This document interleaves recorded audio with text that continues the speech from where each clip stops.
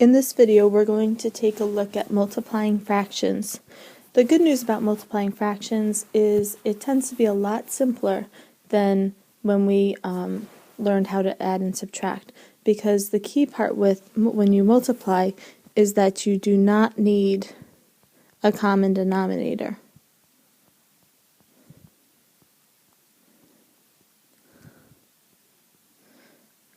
So when adding and subtracting, we do need a common denominator or the same number on the bottom of our fraction. When multiplying, we do not. And when we go to multiply, we're pretty much just going to multiply the two top numbers, in this case 3 times 1. And then we're going to multiply the bottom numbers, 4 times 2. And then we're going to get our answer, in this case 3/8. So 3/4 times 1/2 equals 3/8. Now we always want to check, do we need to simplify?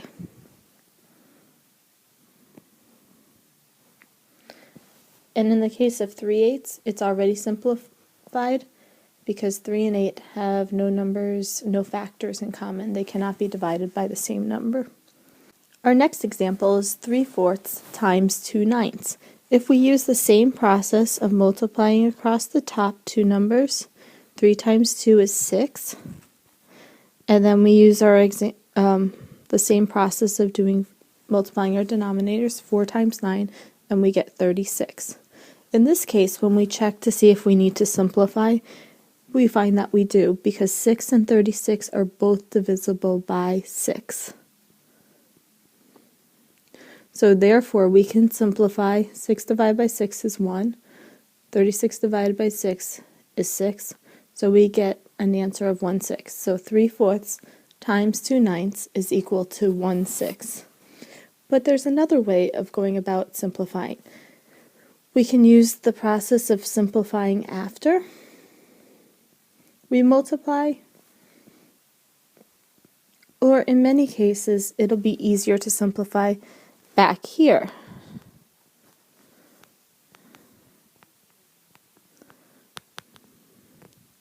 Before we multiply, because we'll be dealing with some smaller numbers, and then we won't need to simplify at the very end, which sometimes, in this case, we could see that they're both 6 and 36 were divisible by 6, but as the numbers get larger, we're not always able to see where the common factors are. So the process of simplifying before.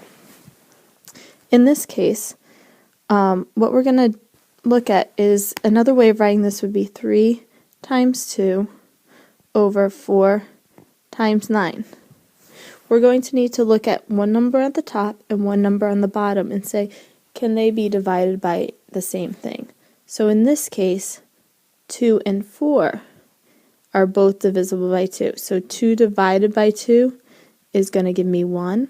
4 divided by 2 is going to give me 2. Okay, so once again, I'm going to divide both numbers by the same value. In this case, they're both divisible by 2. And I am going to write the answer to that division problem right next to each of those numbers. I can look at the 3 and the 9, and it's very similar. They're both divisible by 3. 3 divided by 3 gives me 1, so I write a 1 outside the 3. 9 divided by 3 gives me 3, so I write the number around the outside. So in this case, I'm going to be left with basically 1/2 times 1/3. If I multiply the two numerators, I get 1. Multiply the two denominators, I get 6. So you'll notice I get the same answer as on the last slide. It just is that I'm simplifying before multiplying.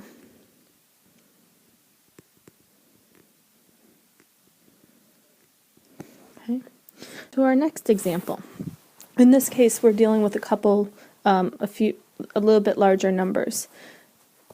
10/21 times 14/15.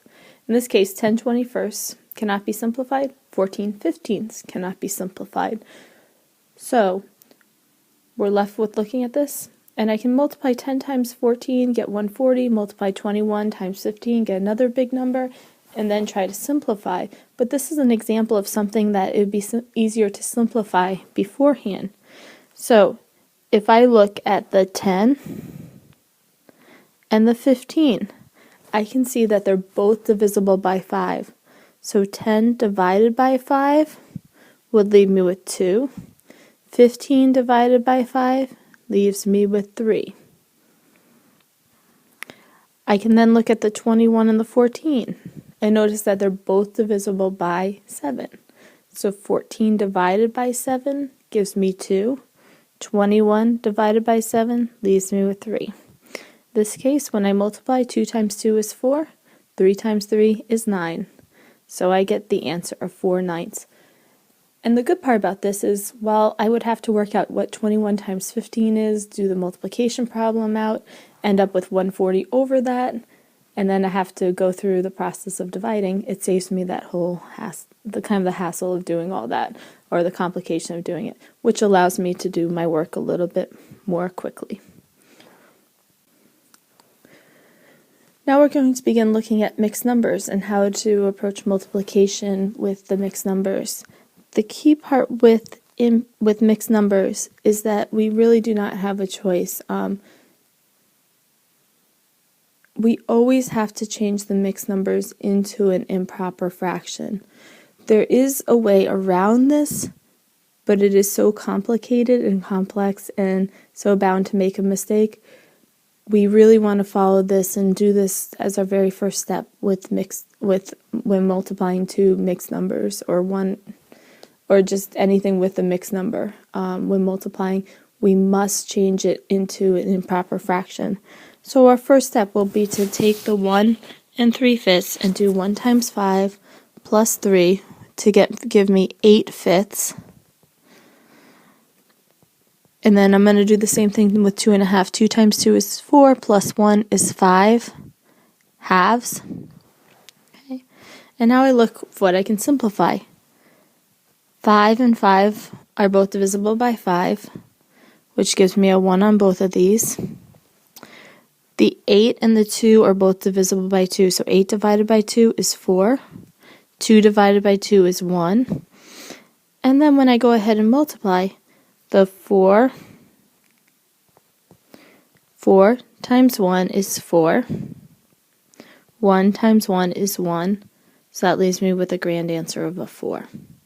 Okay, so there is no really other way around multiplying mixed numbers and trying to do a complicated thing of saying 1 times 2 is 2, 3/5 times 2 is something, 1 times 1/2 is 1/2, 3 times 3/5 times 1/2 is something, and trying to add all those four numbers.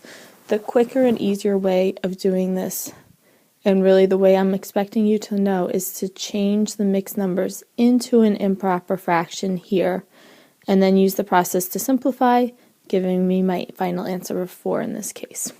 Hope this has been helpful, and good luck with multiplying fractions.